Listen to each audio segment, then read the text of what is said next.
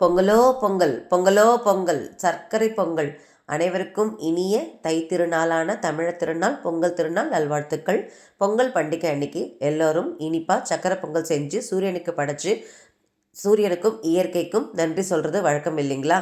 அந்த பொங்கல் அன்னைக்கு நம்ம முறைப்படி எப்படி சர்க்கரை பொங்கல் செய்கிறத நம்ம இந்த வீடியோவில் பார்க்க போகிறோம். அதுக்கு முன்னாடி ஒரு சின்ன intro. Welcome to Priya Raju's kitchen.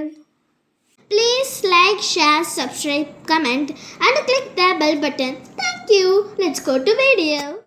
Welcome to Priya Raju's kitchen. I am Priya. சக்கரை பொங்கல் செய்வதற்கு முதல்ல ஒரு பாத்திரமோ அல்லது பானையோ எடுத்துக்கோங்க. நல்லா வாஷ் பண்ணிவிட்டு இந்த மாதிரி சுற்றி மஞ்சள் தடவிட்டு குங்குமம் வச்சுக்கோங்க. ஒரு மஞ்சள் கொம்பில் ஒரு நூல் எடுத்து அதுலேயும் மஞ்சள் தடவிட்டு இந்த மாதிரி கட்டுறது தான் நம்ம வழக்கம் இல்லைங்களா? அந்த மாதிரி ரெடி பண்ணிக்கலாம். இப்போது நம்ம ஃபஸ்ட்டு அரிசி ஊற வச்சிடலாம் வாங்க. ஒரு பாத்திரத்தில் ஒரு 1.5 அழாக்கு பச்சரிசி எடுத்துக்கோங்க. அதாவது கிராம் கணக்கில் ஒரு 300 கிராம் பச்சரிசி எடுத்துக்கோங்க.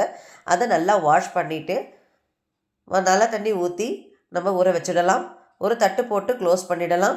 இப்போ நம்ம அந்த பாத்திரத்தில் ஒரு 2 கிளாஸ் அதாவது 400 ml பால் பசும் பால் ஆட் பண்ணிக்கோங்க. அதுக்கு கூட ஒரு 600 ml 3 கிளாஸ் வாட்டர் ஆட் பண்ணிக்கிறேன்.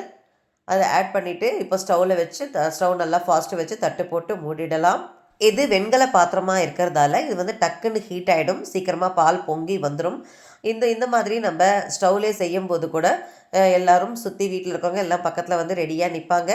நல்லா பால் பொங்கி வரும்போது எல்லோரும் சேர்ந்து பொங்கலோ பொங்கல் சொல்லுவாங்க. அது நல்லாயிருக்கும் கேட்குறதுக்கு. பாருங்கள், நல்ல புகை வந்துடுது, பொங்கி வந்துடுச்சு. சொல்லுங்கள் எல்லோரும் பொங்கலோ பொங்கல்ட்டு. இப்போது நம்ம தட்டு எடுத்துகிட்டு ஊற வச்சுருந்த அரிசி நம்ம இதில் ஆட் பண்ணிடலாம். ஆட் பண்ணிவிட்டு அதில் நம்ம ஊற வச்சுருந்த தண்ணியை கூட இதில் ஆட் பண்ணிக்கோங்க. அதுவும் நல்ல ஸ்ட்ரென்த்தை கொடுக்கும். இப்போது நம்ம ஆட் பண்ணிவிட்டு ஸ்டவ்வை நல்லா சிம்மில் வச்சுக்கோங்க. சிம்மில் வச்சுட்டு நல்லா கலந்து விட்டுக்கோங்க. தட்டு இந்த மாதிரி கொஞ்சம் ஓப்பனாக இருக்கிற அளவுக்கு க்ளோஸ் பண்ணுங்கள். இப்போது அது வெந்துட்டுருக்க கேப்பில் நம்ம வெல்லம் ரெடி பண்ணிக்கலாம். 1.5 அழாக்கு வெல்லம் எடுத்துக்கிறேன். அதாவது கிராம் கணக்கில் 300 கிராம் வெல்லம். நம்ம எதில் அளக்குறீங்களோ அதையெல்லாம் 1க்கு 1 கணக்கில் வெல்லம் எடுத்துக்கலாம். இது நல்ல ஸ்வீட்டு கொடுக்கும். ஸ்வீட் ரொம்ப அதிகமாக தேவைப்படுறவங்க வேணும்னா கொஞ்சம் கூடமாக போட்டுக்கலாம்.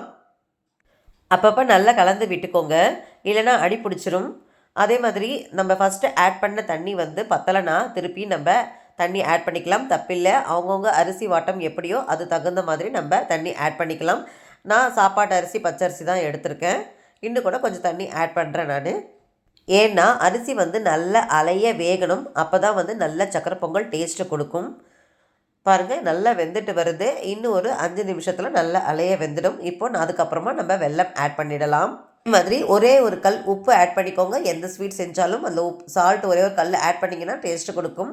பாருங்கள், நல்லா அலைய வெந்துடுச்சு. இப்போது நம்ம ரெடி பண்ணி வச்சுருந்த வெல்லத்தை நம்ம இதில் ஆட் பண்ணிடலாம். ஆட் பண்ணிவிட்டு இப்போவும் ஸ்டவ் சிம்லே தான் இருக்கணும். நல்லா கலந்து விட்டுக்கோங்க. ஒரு கொஞ்சம் கூட வெல்லம் இல்லாமல் நம்ம நல்லா கரைஞ்சிடுச்சுன்னா நம்ம இப்போ ஸ்டவ் ஆஃப் பண்ணிவிட்டு தாளிச்சிடலாம்.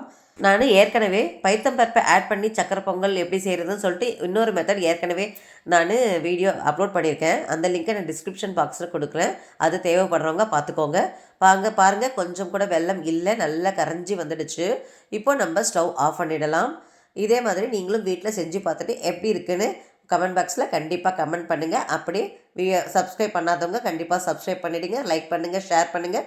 வீடியோ பிடிச்சவங்களுக்கு நிறைய ஷேர் பண்ணுங்கள். அப்போ தான் வீடியோ எல்லாருக்கும் போய் சேரும். இப்போ நம்ம ஸ்டவ் ஆஃப் பண்ணிடலாம். இப்போ ஒரு 1/2 டீஸ்பூன் ஏலக்காய் பொடி மேலே ஆட் பண்ணிக்கோங்க. ஒரு கடாயில் ஒரு 3 டேபிள் ஸ்பூன் நெய் ஆட் பண்ணிக்கோங்க. நெய் நல்லா சூடானதும் ஒரு 2 டீஸ்பூன் கேஷ்யூஸ் முந்திரி சின்னதாக கட் பண்ணிவிட்டு இதில் ஆட் பண்ணிக்கோங்க. இப்போ அடுப்பை சிம்மில் வச்சுருங்க, இல்லைனா சீக்கிரமாக தீஞ்சிடும். ஒரு light golden colour pinkish colour வரும்போதே ஆஃப் பண்ணிவிட்டு நம்ம சக்கரை பொங்கல் மேலே சூடாக ஆட் பண்ணிவிடுங்க.